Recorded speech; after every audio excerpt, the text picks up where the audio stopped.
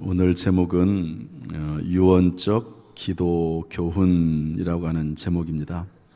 한번 따라서 할까요? 유언적 기도 교훈. 다시 한번 유언적 기도 교훈. 제가 청년회 때 일입니다.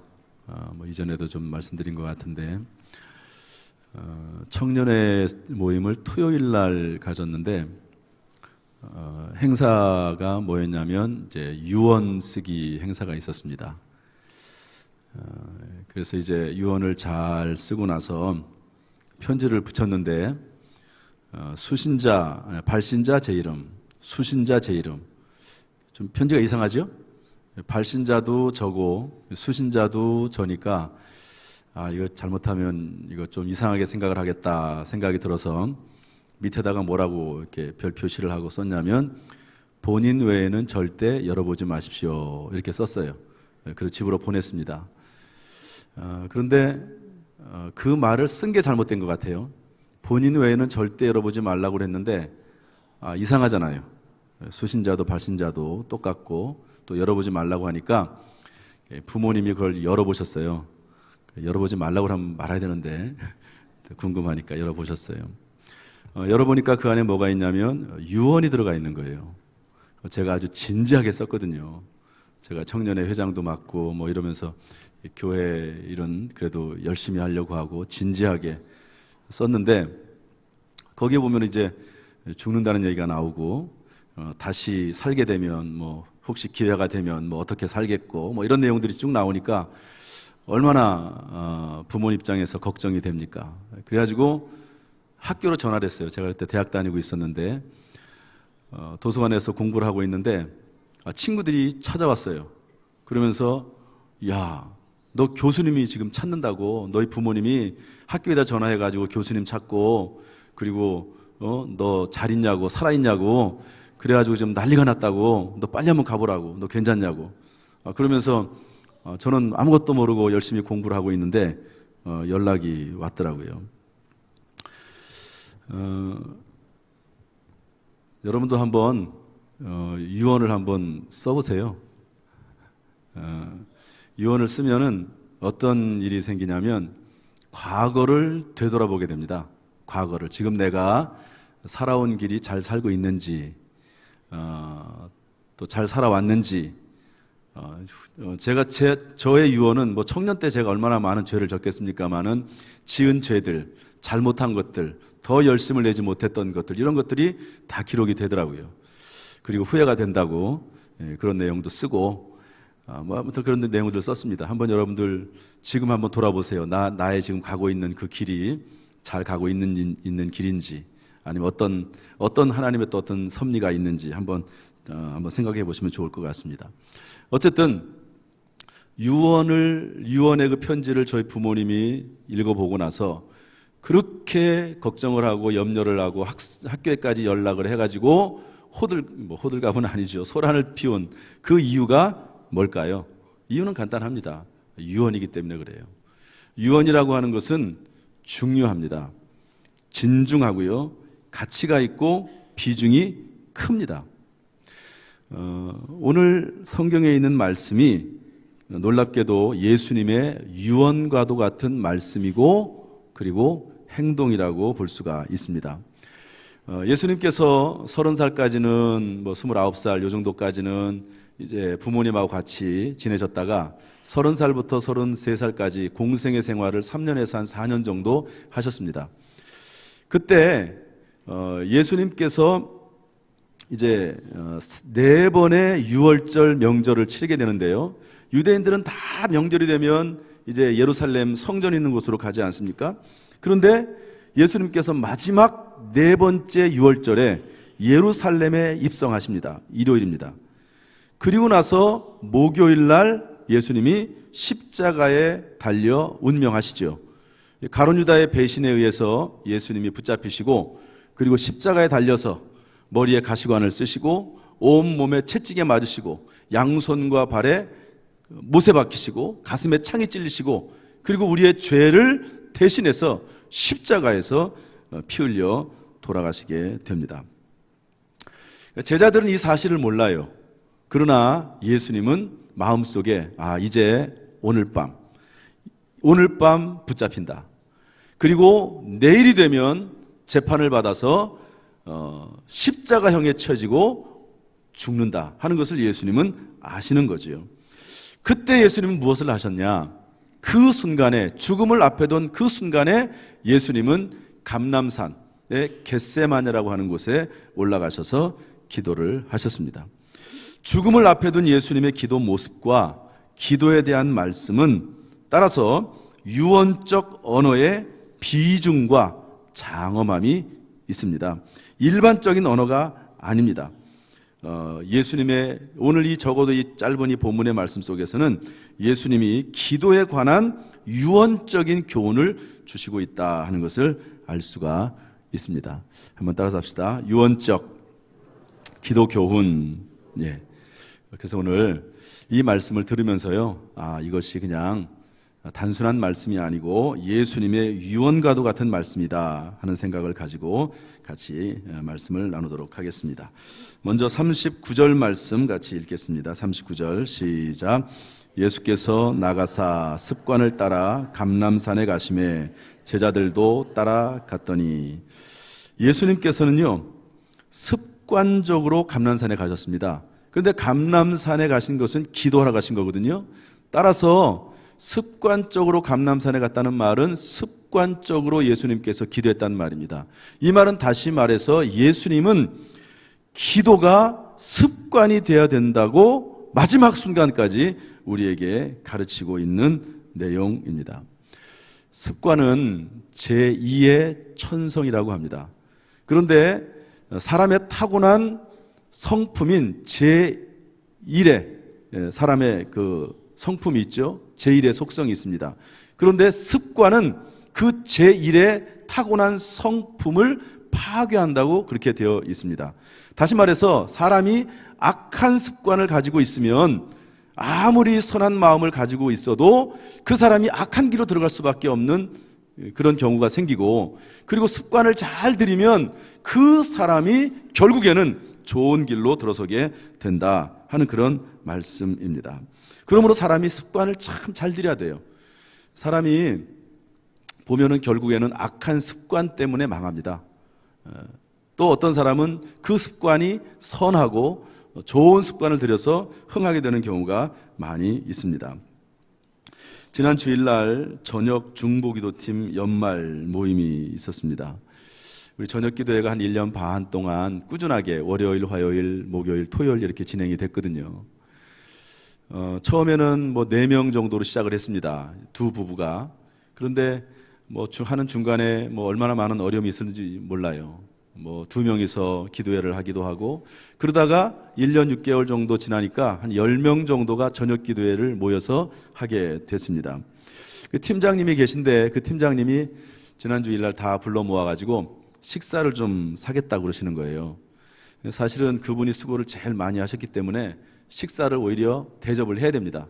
근데 본인이 식사 대접을 하겠다는 거예요. 그래서 갔습니다. 가가지고 이제 식사를 맛있게 했습니다. 하고 나서 제가 이제 다 한 10명, 10몇 명 모인 자리에서 제가 이야기를 했어요. 혹시 기도회를 하면서 느낀 점이나 감사한 점이나 이런 것들이 있냐고 이렇게 한마디씩 좀 하자고 그랬더니 한 분 한 분씩 다 이야기를 하셨습니다. 그래서 기도회 때 받은 은혜들, 또 힘들었지만 보람이 있었다는 이야기들, 이런 얘기도 하시고, 또 어떤 분은 기도회 참석하는 게 쉽지 않았는데 그럼에도 불구하고 열심히 참석을 했는데 어느 날 어느 순간 그분에게 좀 지병이 하나 있는데 그 지병이 어느 날 사라져버린 거예요. 그래서 자기도 모르는 사이에 그냥 하나님 앞에 나서 기도했는데 병이 사라졌다고 그런 간증도 하는 걸 들었습니다. 그런데 전반적으로 흐르는 이야기, 동일한 이야기가 뭐냐면 이런 내용이에요.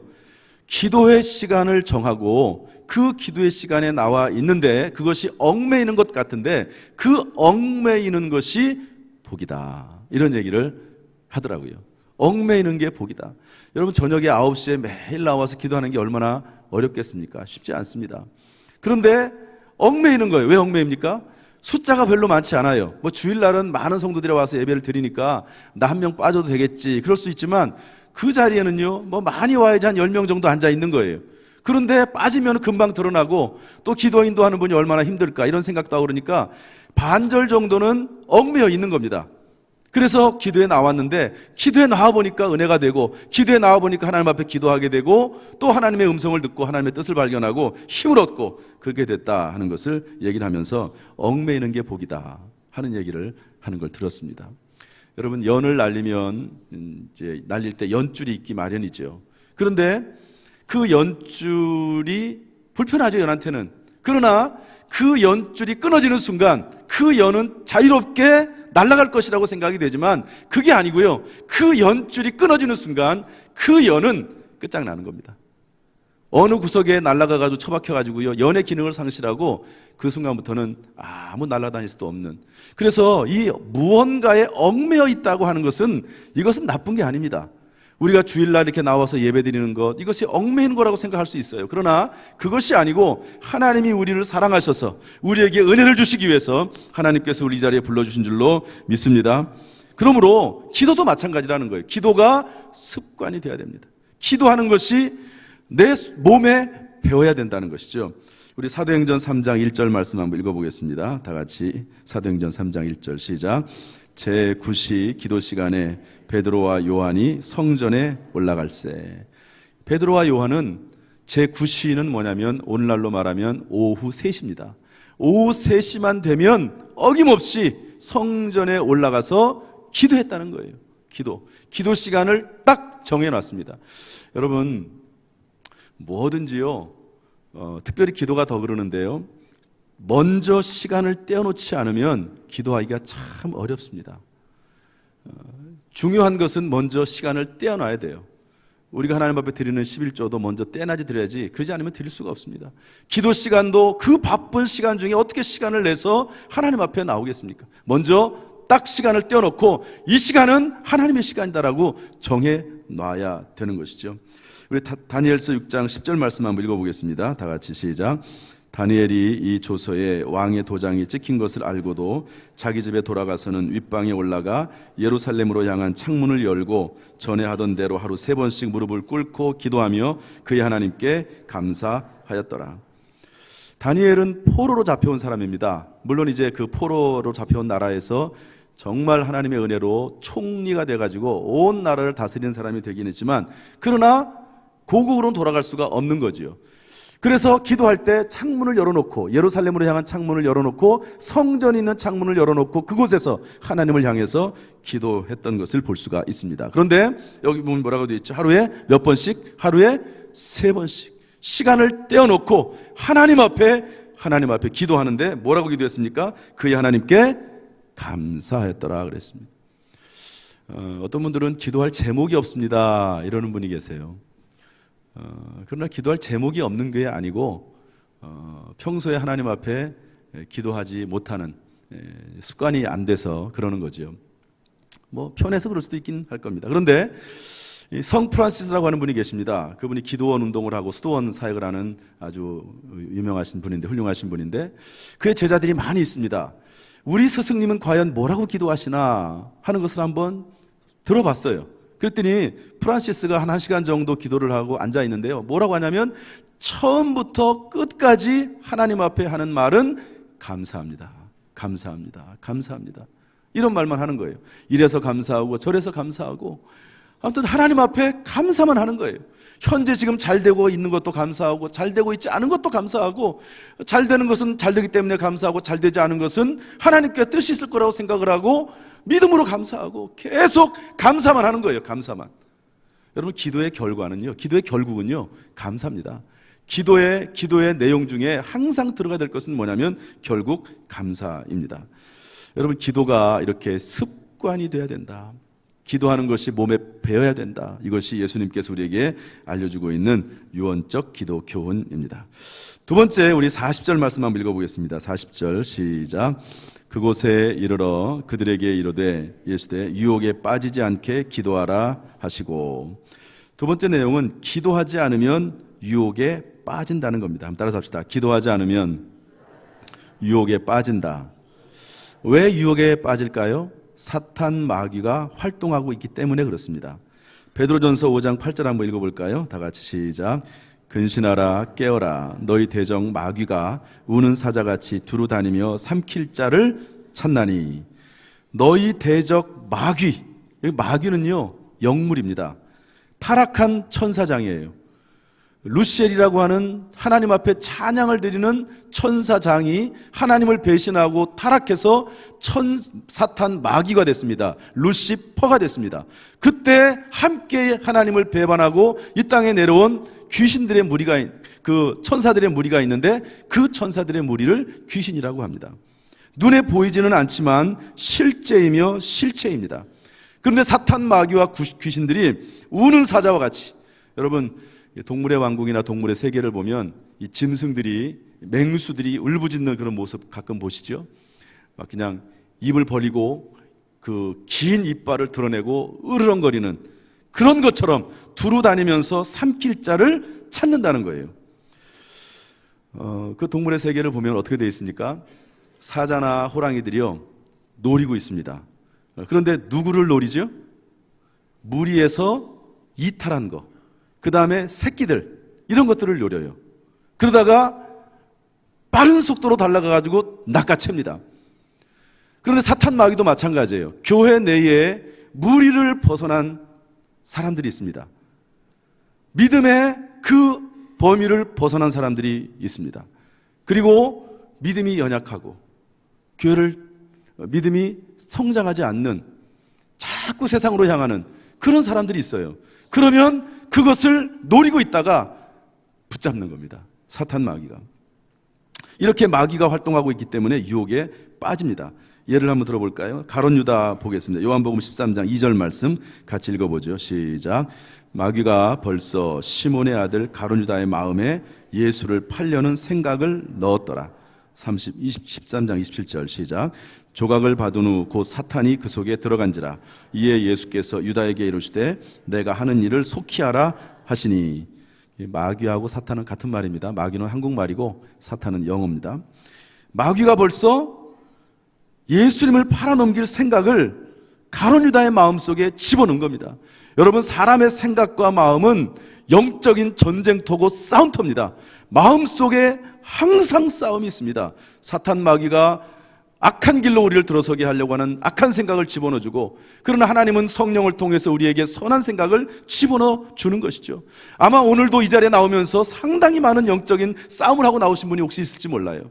내가 교회를 가야 되나 말아야 되나, 그런 영적인 싸움이 마음에서부터 일어나게 되는 것입니다. 그런데 기도하지 않으면, 하나님의 은혜가 없으면, 하나님의 도우심이 없으면 사탄 마귀의 유혹에 빠져가지고 넘어질 수밖에 없다는 거예요. 그러므로 기도하라는 겁니다. 기도하라는 거예요. 세 번째, 우리 41절 42절 말씀 같이 읽어보겠습니다. 다 같이 시작. 그들을 떠나 돌 던질 만큼 가서 무릎을 꿇고 기도하여 이르시되 아버지여, 만일 아버지의 뜻이거든 이 잔을 내게서 옮기시옵소서. 그러나 내 원대로 마시옵고 아버지의 원대로 되기를 원하나이다 하시니. 오늘은 한 번도 되어 있지만 다른 병행 성경 구절을 보면 예수님이 3번 하나님 앞에 기도하십니다. 그런데 예수님의 기도 제목은 뭐냐면, 하나님, 제가 십자가를 안 지면 안 되겠습니까? 너무 힘들고 고통스러워서 십자가를 안 졌으면 좋겠습니다. 그런데 기도하면 할수록 하나님께서는 뭐라고 말씀하시냐면 십자가를 지라는 거예요. 그게 너의 사명이라는 겁니다. 모든 인류의 죄를 대속하고 대신해서 십자가를 지라고 하나님께서 계속 말씀하세요.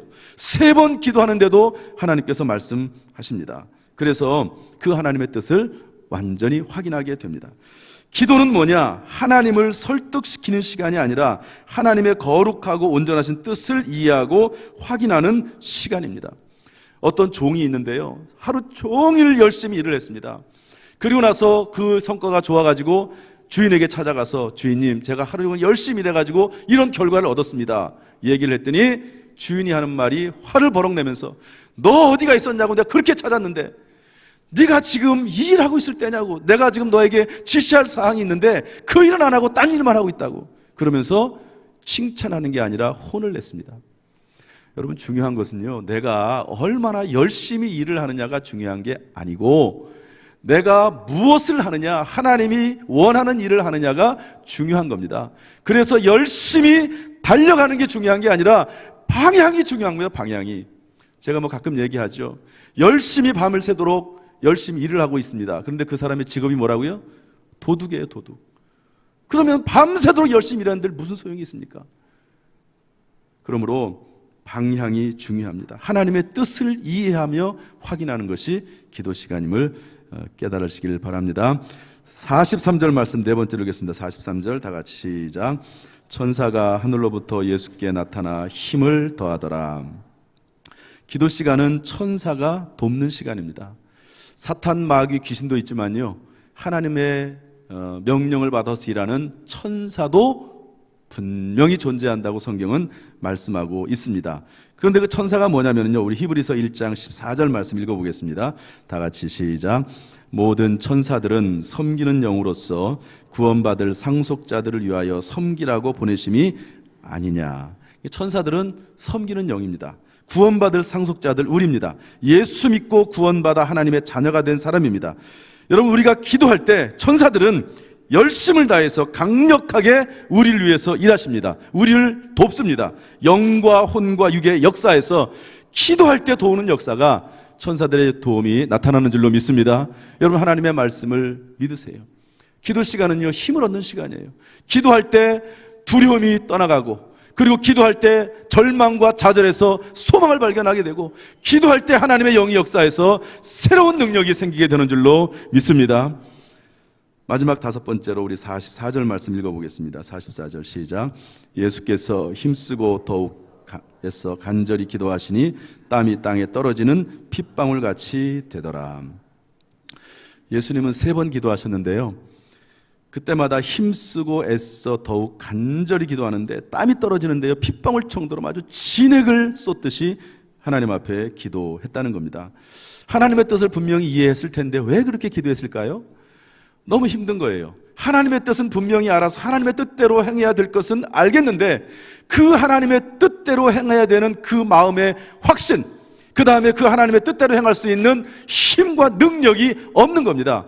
여러분, 문제는요, 하나님의 뜻을 모르는 것이라기보다도 확신이 약한 것이고, 그리고 능력이 없는 게 문제입니다.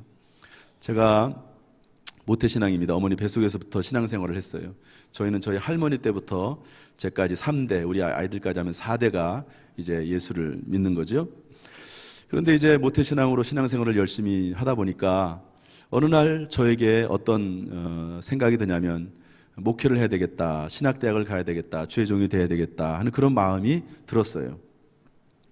그런데 그때가 고등학교 3학년인데요, 확신이 없더라고요.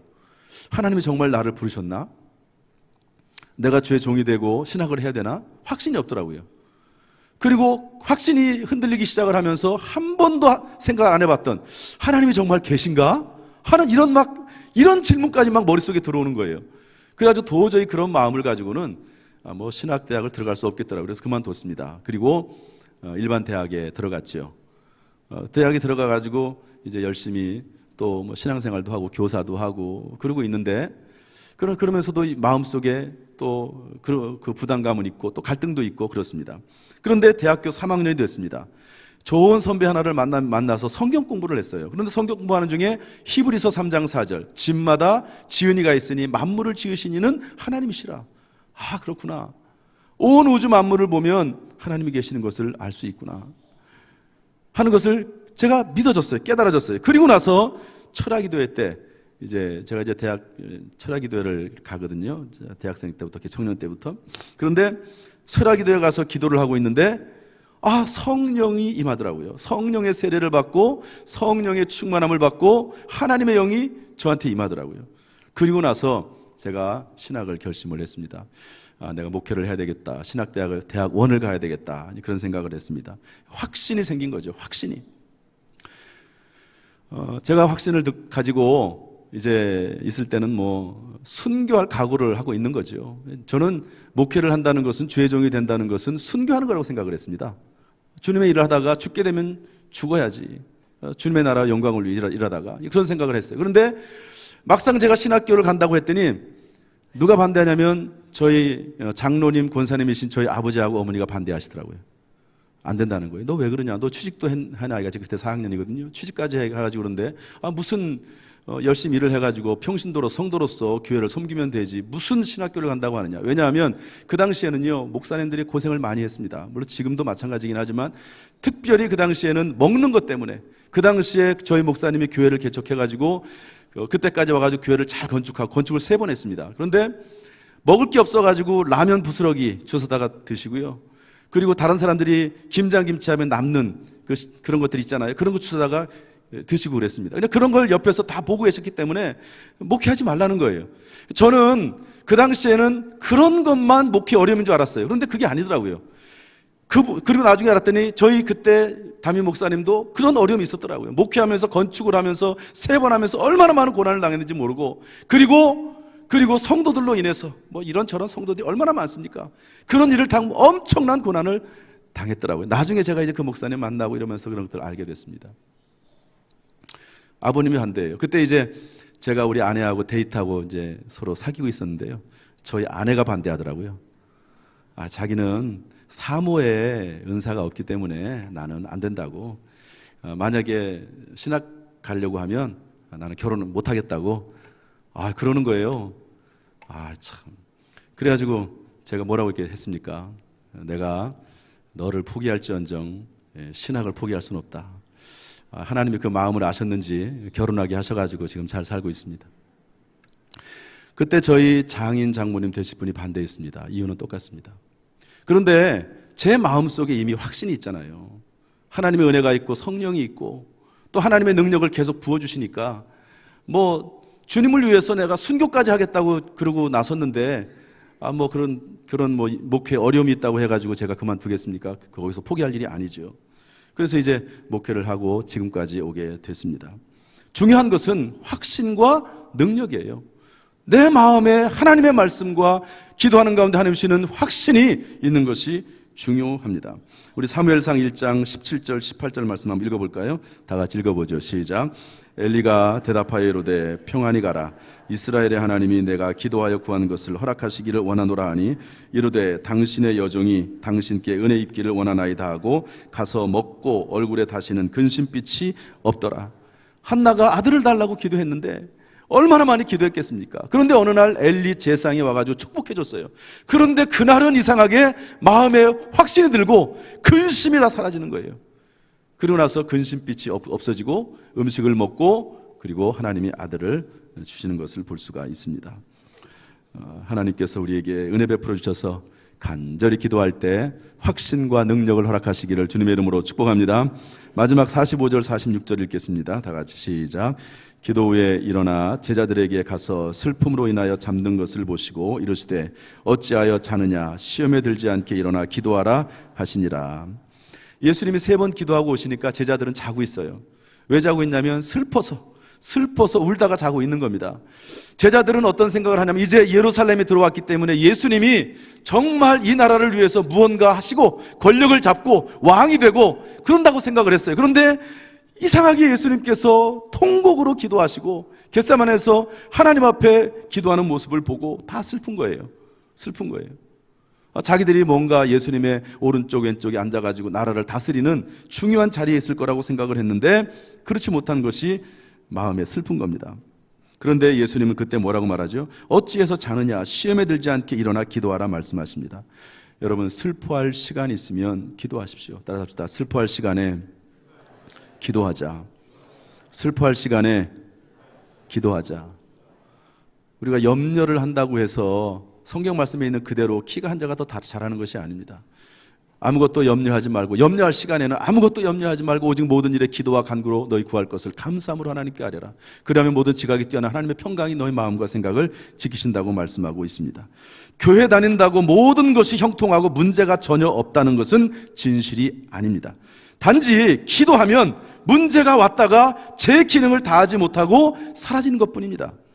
여러분 태풍이 막 불 때가 있어요. 그러면은 태풍이 일본을 거쳐가지고 우리나라를 지나서 이렇게 중부지방을 지나가지고 저기 독도 쪽으로 빠진다고 이렇게 예보가 나올 때가 있습니다. 그런데 그 태풍이 갑자기 일본까지만 딱 오고 사라져요. 우리나라에서는 그러면 되게 좋아하죠. 일본에만 태풍이 오고 우리나라 사라지면. 그런데 사라지는 겁니다. 기도가 뭡니까? 문제가 없는 게 아니에요. 문제는 그 기도할 때 그 문제가 사라진다는 겁니다. 하나님께서 역사하셔서 하나님의 능력으로 문제들을 해결하실 줄로 믿습니다. 두 번째로, 기도하면 문제를 극복할 수 있는 지혜와 능력이 생긴다는 거예요. 문제가 없는 것이 아니라 문제를 극복한다는 겁니다. 여러분, 근육이 생길 때, 새 근육이 생길 때는 자기의 근육의 한계를 뛰어넘는 운동을 할 때 새로운 근육이 생긴다고 합니다.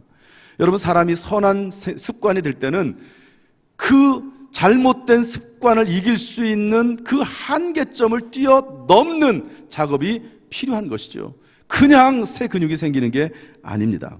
그러므로 때때로 하나님께서는 우리에게 문제를 주시기도 하세요. 왜냐하면 신앙의 새 근육을 만들려고. 저는 이렇게 봅니다. 성도들을 봐요. 근데 최근에 가장 드러난 분이 한 분 계세요. 그분은 참 신앙생활도 잘하고, 그리고 봉사도 열심히 하고, 직장도 참 잘해요. 훌륭해요. 그런데 엄청난 어려움이 생겼어요. 그분은 그 문제 때문에 아주 힘들어하지요. 그런데 제가 보는 입장은 달라요. 그분이 그 일이 생기면서 엄청나게 많이 기도하고 하나님을 더 찾고, 그리고 그 문제를 결국에는 해결해 내더라고요. 그러면서 하나님을 더 깊이 알게 되고 하나님을 만나게 되더라고요. 그런 거예요. 그러면서 신앙의 근육이, 영적 근육이 생성이 되는 것입니다. 오늘 본문에는 없지만 마태, 마가의 병행 구절이 있습니다. 똑같은 내용인데 조금 이렇게 설명을 길게 하고 짧게 하는 병행 구절이 있는데요. 이렇게 되어 있습니다. 마태복음 26장 36절 한번 읽어보겠습니다. 제가 읽을게요. 이에 예수께서 제자들과 함께 겟세마네라 하는 곳에 이르러 제자들에게 이르시되 내가 저기 가서 기도할 동안에 너희는 여기 앉아 있으라 하시고. 똑같은 내용이죠. 그런데 여긴 뭐라고 되어 있냐면 예수님께서 제자들에게 나는 기도하러 갈 테니까 너는 여기에 앉아 있으라. 영어로는 sit here. 여기에 앉아 있어라. 여러분, 성전에 나와서 그저 앉아 있기만이라도 하십시오. 뭐 기도가 안 될 수도 있어요. 그러나 성전에 나와서, 아니면 본인이 정한 어떤 장소에서 앉아 있기만이라도 하는 거예요. 그 다음에 마태복음 26장 38절은 이렇게 예수님 말씀하십니다. 이에 말씀하시되 내 마음이 매우 고민하여 죽게 되었으니 너희는 여기 머물러 나와 함께 깨어 있으라. 영어로는 stay here입니다. 처음에는 sit here, 여기 앉아있기만이라도 좀 해달라. 나는 죽게 되었다. 너무너무 힘들다. 여기에 앉아만 있어달라. stay here, 여기에 머물러 있어라. 다른 곳 돌아다니지 말고 나와 함께 여기에 앉아있기만이라도 좀 해달라. 이렇게 예수님께서 간곡하게 부탁하십니다. 오늘 아마 여러분들에게도 그렇게 말씀하실지 몰라요. 너 바쁘지? 그런데 잠시 좀 시간을 내서 여기에 좀 앉아만 있어줘. 여기에 머물러만 있어줘. 이렇게 말씀하십니다. 마태복음 26장 40절에는 이렇게 말씀하십니다. 제자들에게 오사 그 자는 것을 보시고 베드로에게 말씀하시되 너희가 나와 함께 1시간도 이렇게 깨어 있을 수 없더냐? 1시간, 1 hour, 60분. 60분도 나는 지금 죽게 되어 있는데 곧 죽을 텐데 1시간도 나랑 깨어서 그냥 앉아 있을 수 없더냐? 이렇게 말씀하시는 것입니다. 뭐 1시간 아닐 수도 있습니다. 10분, 하루에 10분 너 앉아 있지 못하겠니? 아무것도 안 해도 좋아. 그냥 내 생각하고 교회를 생각하면서 하나님의 뜻이 이루어지기를 한번 그냥 묵상하면서 10분 정도라도 시간을 내서 그 자리에 돌아다니지 말고 앉아 있을 수 없겠니? 여러분, 그렇게 말씀하실 때 예수님께서 가만히 계시겠습니까? 우리에게 지혜를 주시고 능력을 주시고 하나님의 음성을 깨닫게 하실 줄로 믿습니다. 하나님께서 우리 모든 성도들에게 말씀하십니다. 제가 지난 주일날 정효승 권사님 얘기하면서 예배의 간절함을 조금만 좀 더 높여달라 부탁을 했어요.